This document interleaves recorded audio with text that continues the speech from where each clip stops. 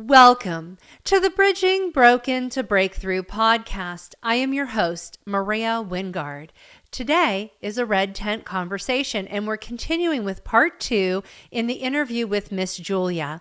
Today, she's going to talk about red flags and what to do when someone rejects you for pointing out red flags in relationships. So what was some of your other advice that you gave some of the other, you don't have to go with them, but even other ones that as you've talked to through the years, some of the other advice that you've given them for looking for spouses?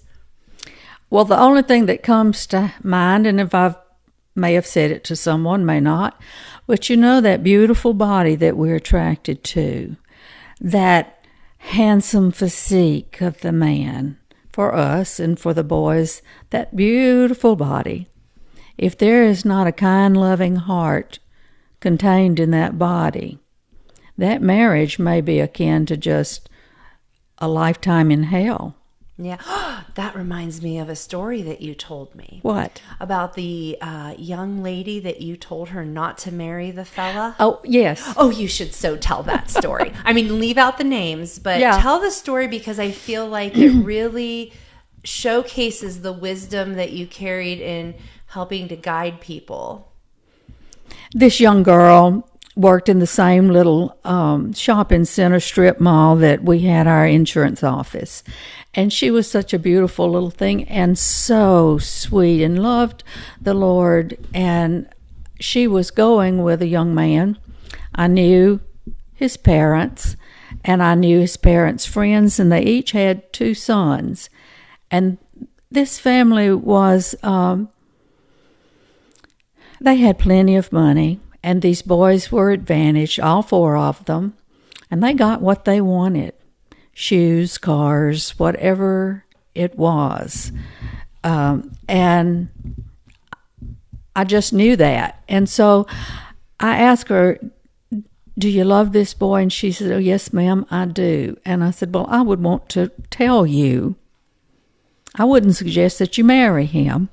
And that was presumptuous on my part. I realized that. But hindsight's always so 20/20. Yeah.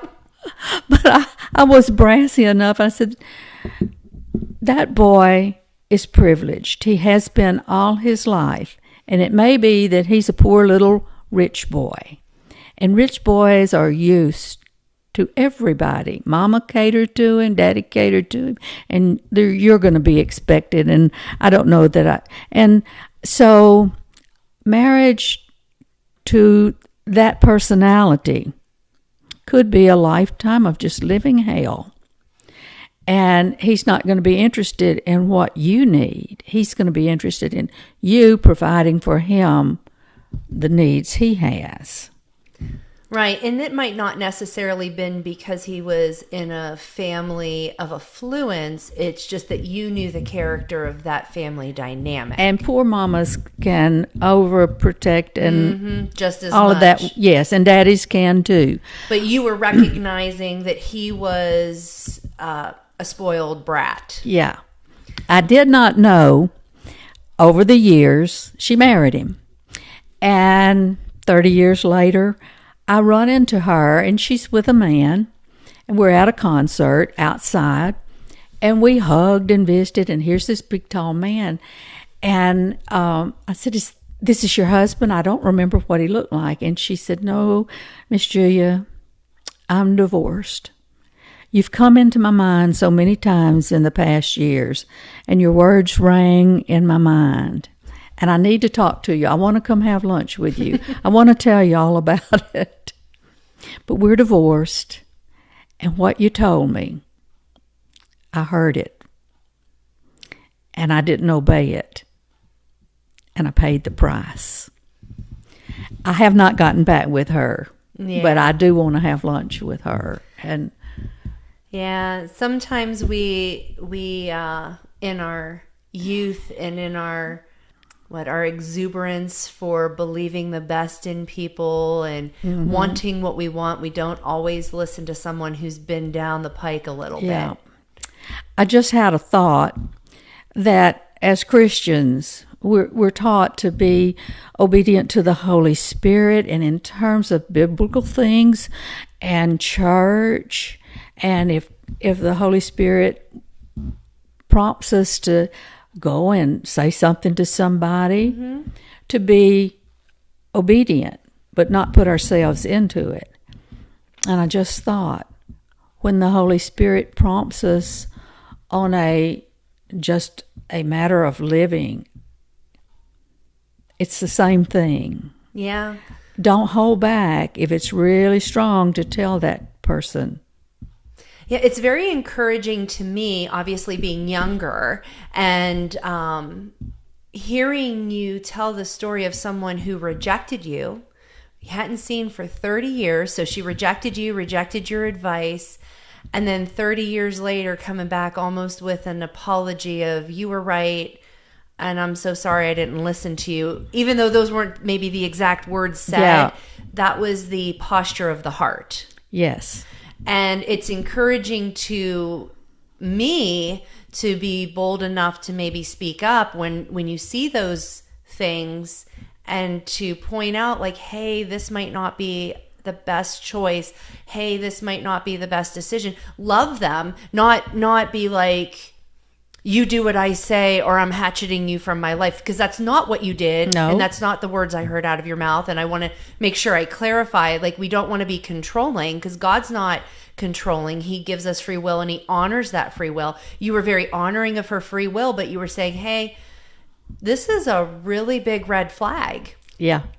And, we're in the red tent, and red flags are important. We've Yes. got to pay attention to those red flags. Yes. And you weren't necessarily saying that it was going to be true, but you were saying this is definitely something that is a big warning. red flag that you need to pay attention to. And maybe if she would have started looking in that area and testing that theory, like maybe seeing, will he be willing to be generous and lay down his life like Christ did for the church? Would he do that for me? And maybe testing your theory, she would have been able to put holes all through that and possibly saved herself 30 years of a bad marriage, right? But I see that in a lot of cases, and it's really encouraging. I just had to have a conversation with someone who was dabbling in some, what I consider witchcraft, but she's being told that it's another way to serve the God of Abraham, Isaac, and Jacob, but it's really witchcraft repackaged. And I had to have that conversation, and I presented it like you did, of these are some real big red flags here, and almost had the conversation and the relationship ground to a halt. And my heart just grieved. I was so brokenhearted. And,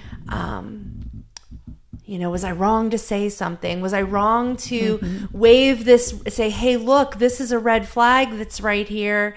Was I wrong to do that? And then what I'm hearing is, even if there's a separation of 30 years, that isn't necessarily a bad thing. And you're itching to say something, so let me get a drink and go for it.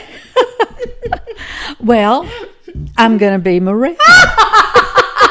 You're going to be Joan the Baptist, as you call me. Now, Maria, I'm thinking about your audience.